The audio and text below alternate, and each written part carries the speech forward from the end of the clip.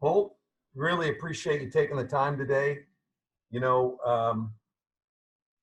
I remember when in '07, '08, and 9, when you and I were having those monthly breakfasts when we were wondering what was going on with the world.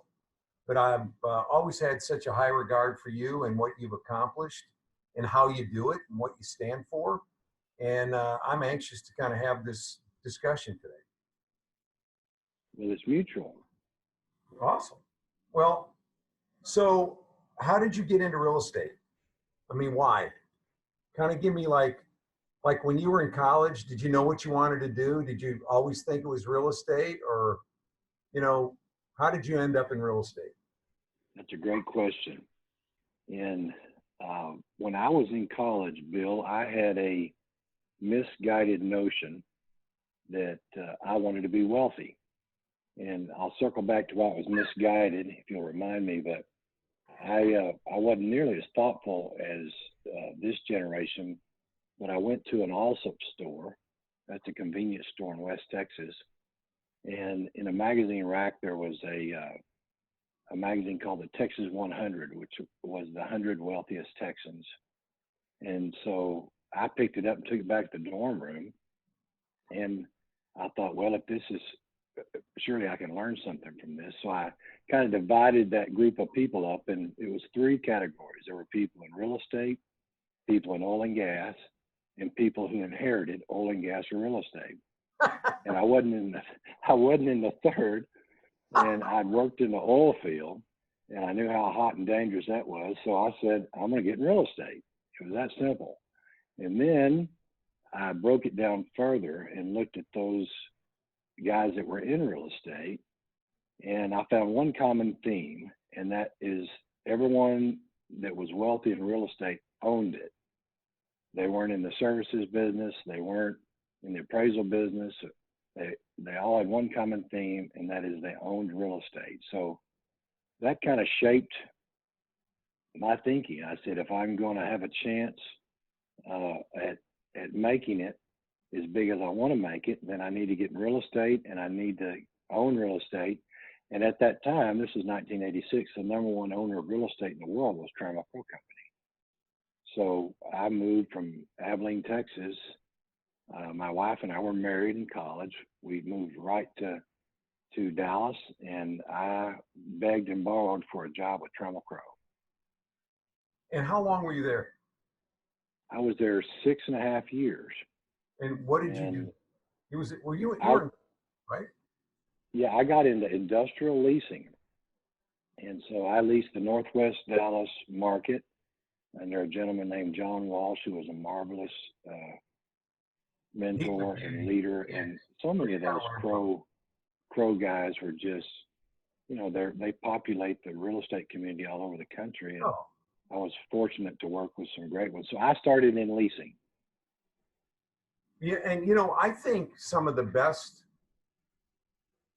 most of the companies in Dallas have been seeded from ex-Trammell Crow people. I mean, and I have such a high regard for many of the ones that are now retired and gone. But you know, I will tell you this: I look back at my career, and if I had one do-over on mine, I could use a few, but boy, if I had one, it would be taking a more long-term view on owning real estate.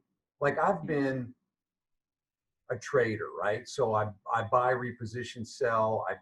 And I think you sell some too. I was wondering if you also sell industrial that you own personally. But the guys that I see that create the most wealth, it's the longest path, are the guys that hold it long term. Even though office is kind of hard to hold long term. What's your thoughts on that? Well, it is, and you know that was modeled by Mr. Crow and the Crow family. What saved them during the downturn, the late 80s, was their industrial portfolio. And they had built that over years. And so it, you know, they were in all other product types, from hotels, office, you name it, they were in it, farmland. But when all that went bust, the industrial portfolio was the anchor. And that's what got them through. So I got to observe that. Right. And by and large, generally our investment theme is we buy and build industrial to own. we'll sell it some, but generally we like to own it and we buy and build office to sell. Got it.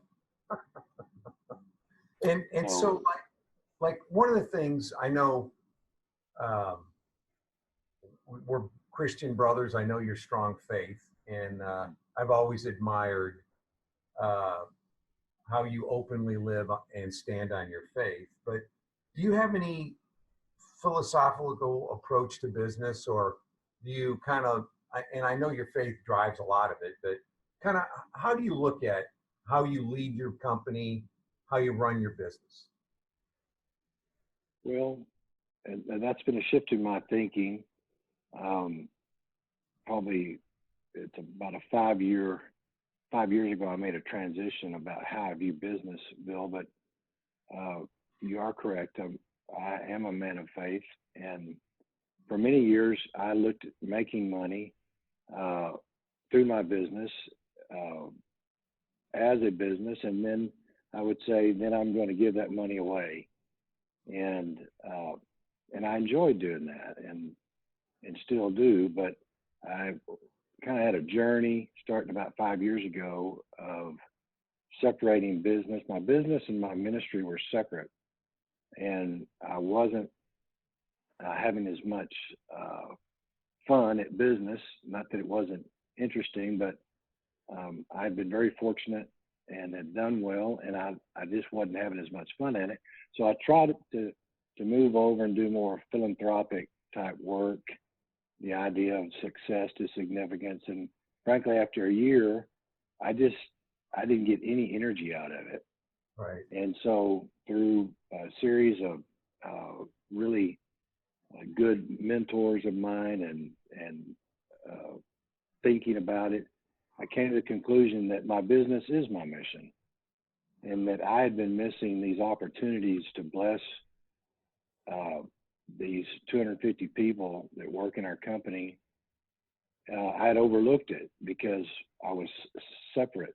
And so we started thinking about my business as my mission, and we started programming that intentionally. We have 2 full-time chaplains in our company that support the needs of our people, and they have their own division, and we program a whole series of ways to bless our people, both emotionally and spiritually and financially.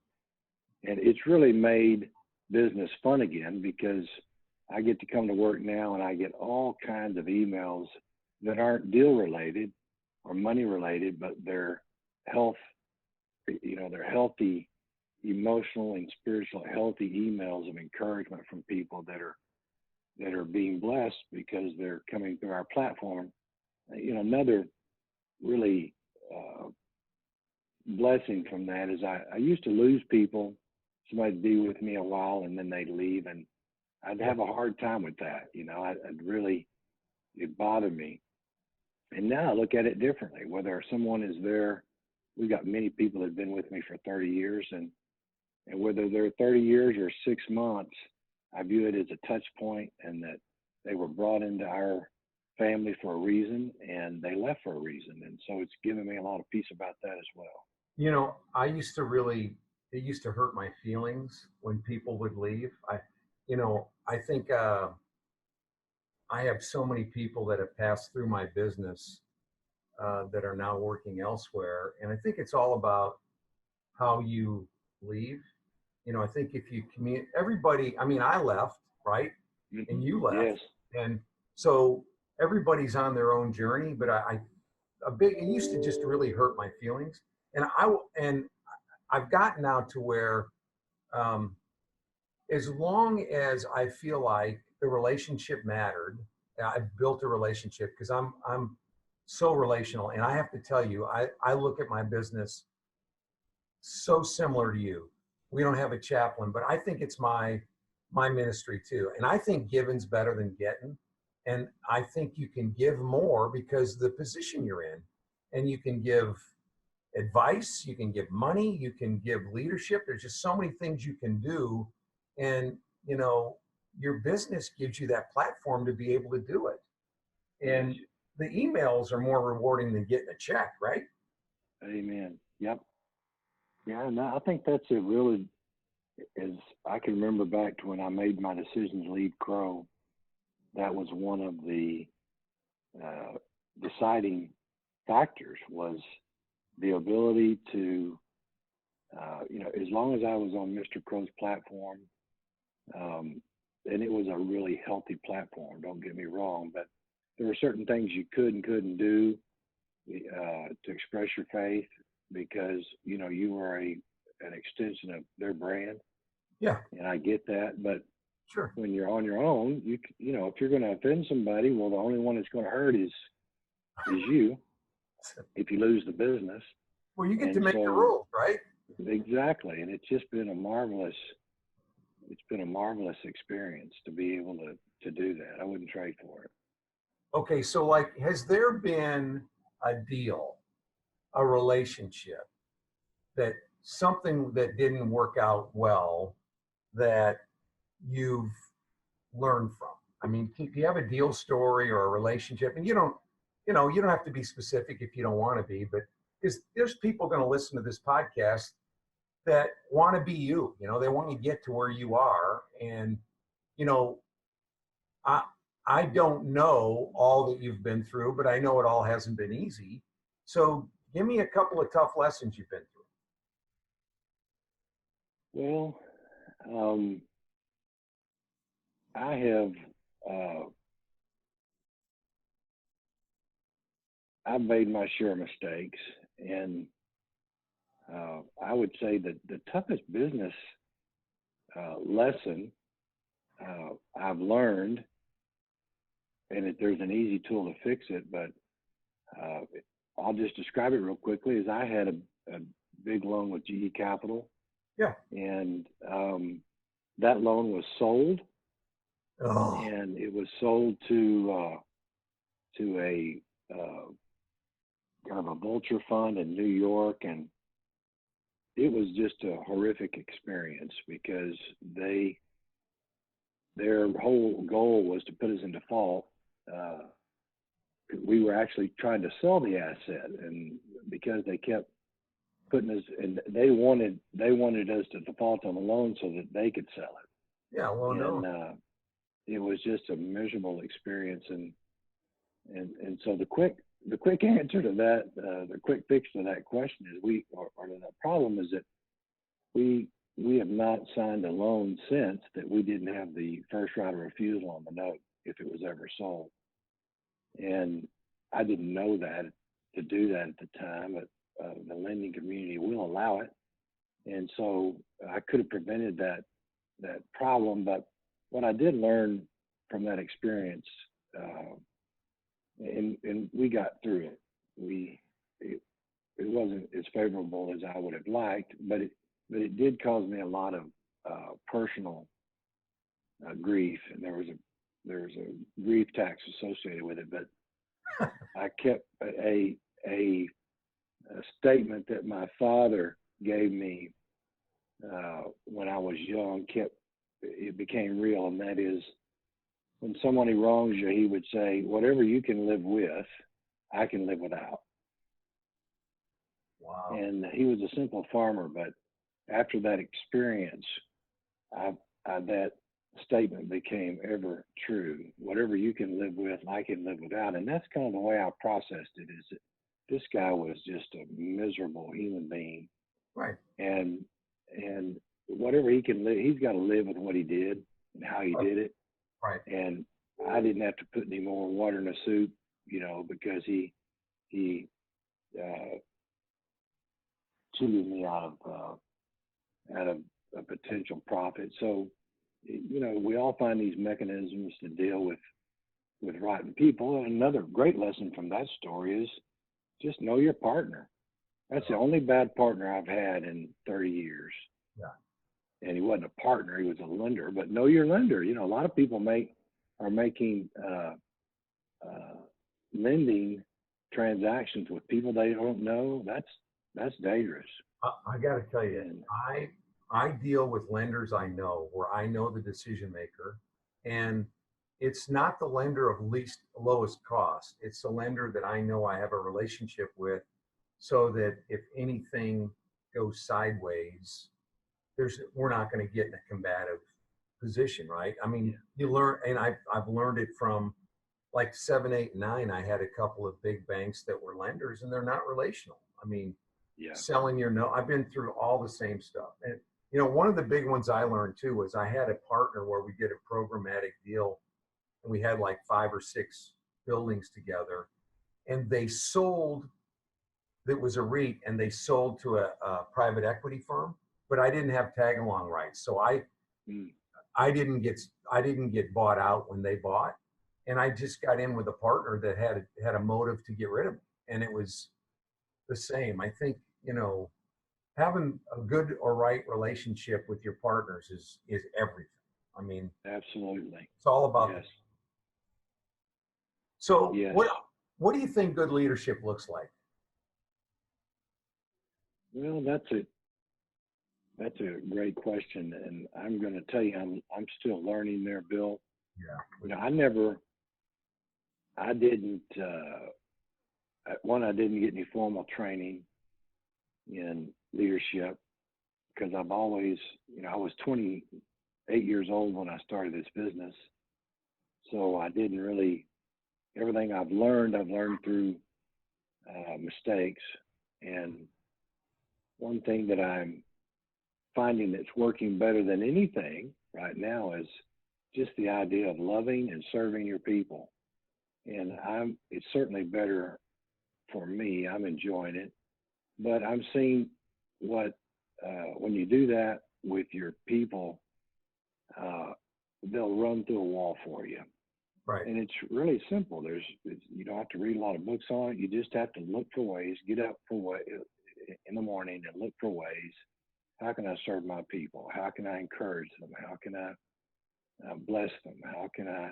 And it means sometimes, obviously, there's tough situations, just like with your children.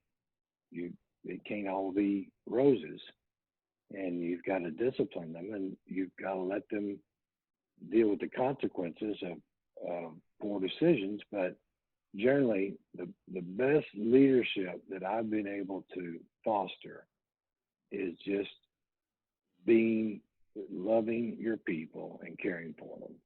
And Yeah. if you do that with humility, that's another great tool that is so good to great. That's the level 5 leaders. All were humble, whether they were Christian or not.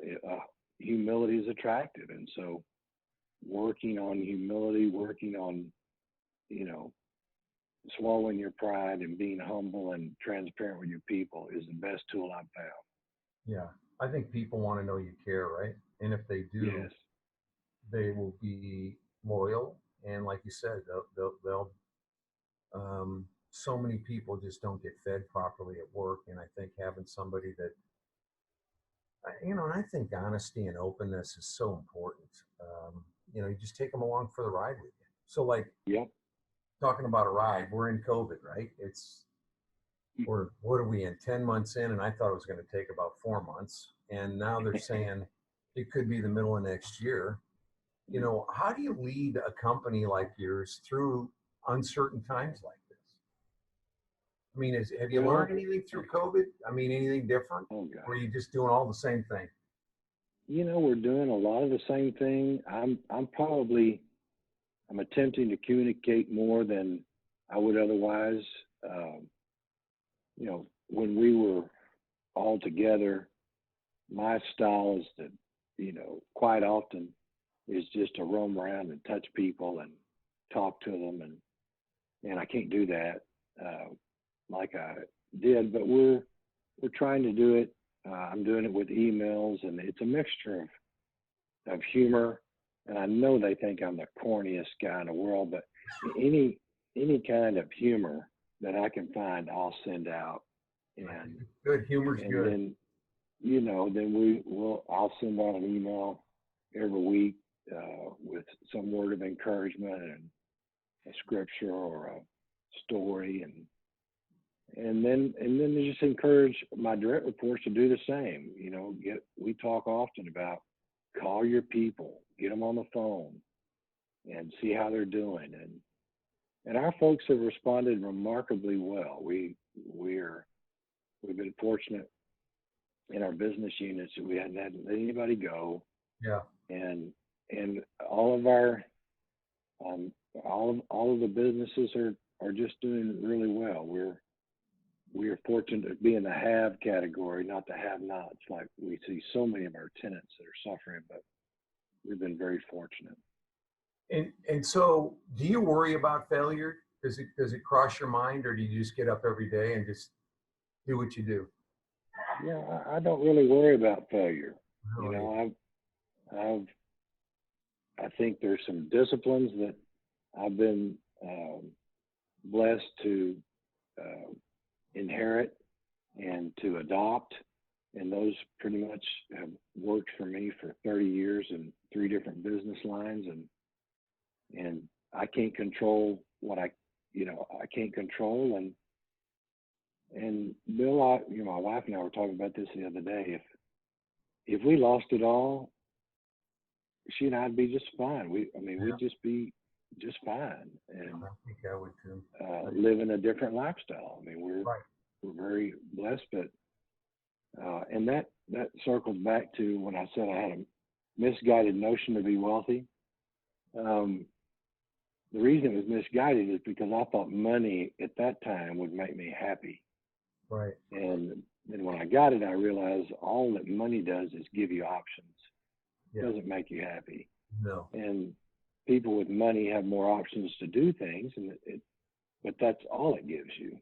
And so we kind of, that's our view of money, and the treasure that we have is that it gives us some options to do things with our family and do things for our employees and do things for others. But if those options were taken away, we'd still be happy.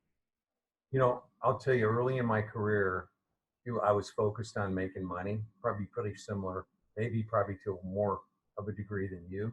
And when I stopped focusing, I never made any money when I was focused on money. And when I stopped focusing on it and just focused on relationships and pouring into my customers, the money came. And some of the most miserable people I know, by people I mean people that are unhappy. I'm not saying they're miserable people, but they're unhappy, are the wealthiest people, because they've made money their god. And money is wonderful if you are happy without it, right? I think like a cherry on top. You get to, I think happy people and stable people actually put money to work to a greater degree than people that don't. That's a good point. Okay, and so like, if you were your younger self, you're 25 years old, what advice would you give yourself or someone else in that position today, wanting to get into our business? I mean, I would say, like, one of the things that's been tough for me is any young person coming out of college that's looking for work, I'll talk to. And I can't hire them, but I try to direct them and give them honest advice. And there's just not a lot of people hiring right now. But I mean, what's your any recommendations you could give a young person from maybe lessons learned or whatever your views are? Well, I would encourage a lot of young people to be intentional and know what you want. Pause. This is the cheapest time of your life. It's never going to get any cheaper. Exactly. And and that's because if you're successful, then life gets more expensive. And you get married, it's more expensive. You have kids, it's more expensive. And the more expensive life gets, the harder it is to make critical decisions, because some options are taken off the table. Right. And because you don't have the choice to start your own business when you've got 4 kids in private school. You need to keep your job. Right. So while it's inexpensive, be intentional about what you want and just pause and say, what do I want? What kind of balanced life do I want? What I want to look like, I call it a dream page. But to do a 5 and a 10-year dream page, professionally, spiritually, and personally, from what you want to drive to how much you want to make to how you want to be giving back. And it kind of sets a framework for what you want to do. And for instance, it when I made my decision to get in real estate, I needed to own real estate. So it wouldn't have done me any good to get in the tenant rep business. You know, I needed to get in the ownership business. Right. And so I'd have been wasting time if I, not really, or you can learn something from anything, but intentionally I got in the business line that I wanted to get in so that I could learn to own buildings. And I went to school on the Crow Company on how to own buildings. So be intentional and don't just take a job because you need the income, but take the job you want and you get to choose the job you want. So be patient, do your homework, get in the line of work you want to get into so that everything you do, every step you make builds upon the next step. And that's been something that's been very, very effective for me because, Bill, I'm doing the same thing. I'm in industrial real estate by and large in the same market that I started in 1986. That's awesome. So every relationship, people like you and, you know, Todd Platt and I were doing 3,000 square foot leases together. And he's a CIO at Hillwood, and Jack Fraker and I were doing deals. You know, you look at these giants of real estate Right. that I've been able to grow up with because I didn't bebop around and getting, you know, software and then real estate and then oil and gas. I just picked a trade, stayed with that trade, and you know, just a good steady pace, not hitting home runs, just singles and doubles, and those relationships build. And as you know, the real estate business in particular is so critically based upon relationships. And having those for 30 years have paid dividends for me. Right. I mean, you know, I think you're only as good as your reputation and your relationships. I mean, we know people in this industry that focused more on the dollar than the relationship. Like, I would rather save a relationship and make less money than make more money and burn a relationship, almost even if I think they're wrong, you know, Yeah. because it's just not worth it. I mean, I would rather have the relationship in harmony. I mean, if there's one thing I've learned in this business is, you know, just keep moving forward. And when you kind of run into a bump or a relationship that isn't productive or accretive, I mean, like, or honest, just get around them and keep going. Yeah. So what's your view of the future? You know, we're sitting here in COVID. You know me, I'm Mr. Bullish. I think the world's great. And, you know, I think people are going to come to Dallas. I think next year is going to be a little choppy. You know, I know industrial, you guys are killing it, but what's your view of the next 2 or 3 years? I'll take the world or Texas, whatever you got to offer. Yeah. Well, we live in the greatest country in the world that allows guys like you and me and others to be creative and work hard and you know, make our dreams come true. And then we, in my opinion, live in the best state in this country. And frankly, we're in the best city in the best state in the best country. That's what I And so, you know, it's just, I think that our prospects in Dallas, Texas are just phenomenal. I have more regrets because I can't get to all the fun ways to do business in Dallas, Texas, whether it's real estate or banking or logistics, you name it. It's good in Texas, and in my opinion, it's going to stay good in Texas. And you know, one of our mantras in our company Bill, is we just want to be in the game. For 30 years, we've been in the game. And if you're in the game and you're just hitting singles and doubles, every now and then, a period of time comes along where everything turns into a home run. And when that's over, you're back in the game. Right. And that's what we do at our company, is that we've got good people. We've got a great succession plan. I'm fortunate to have my sons in the business, and Yeah, that's cool.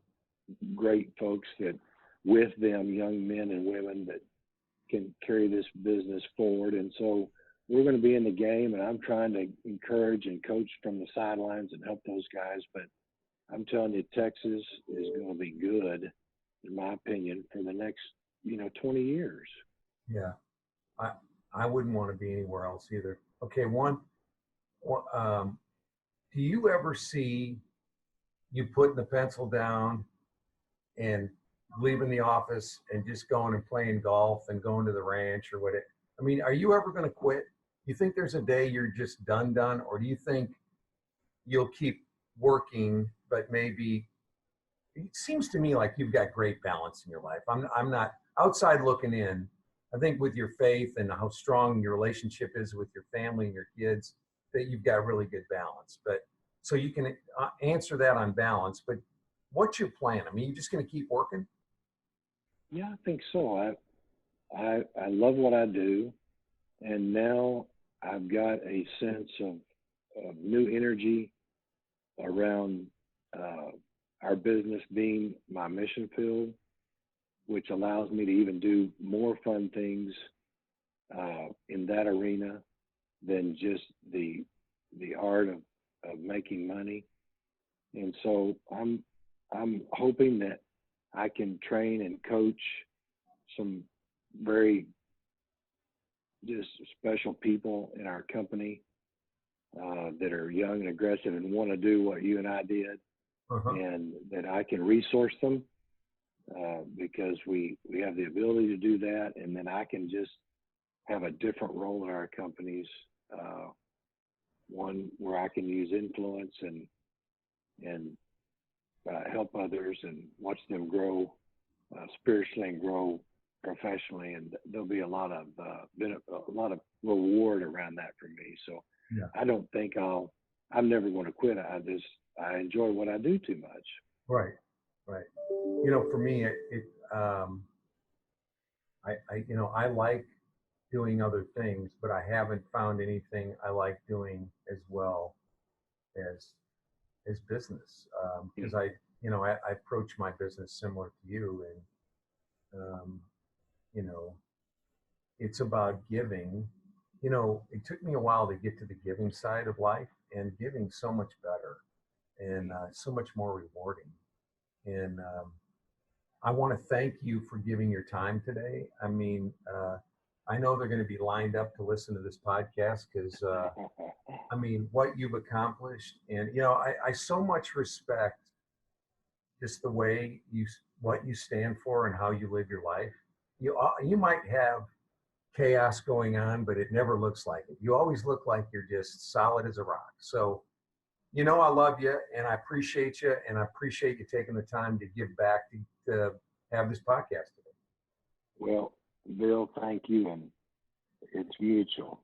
I respect you and all you've done, and we're in a really good spot. I wouldn't trade for it.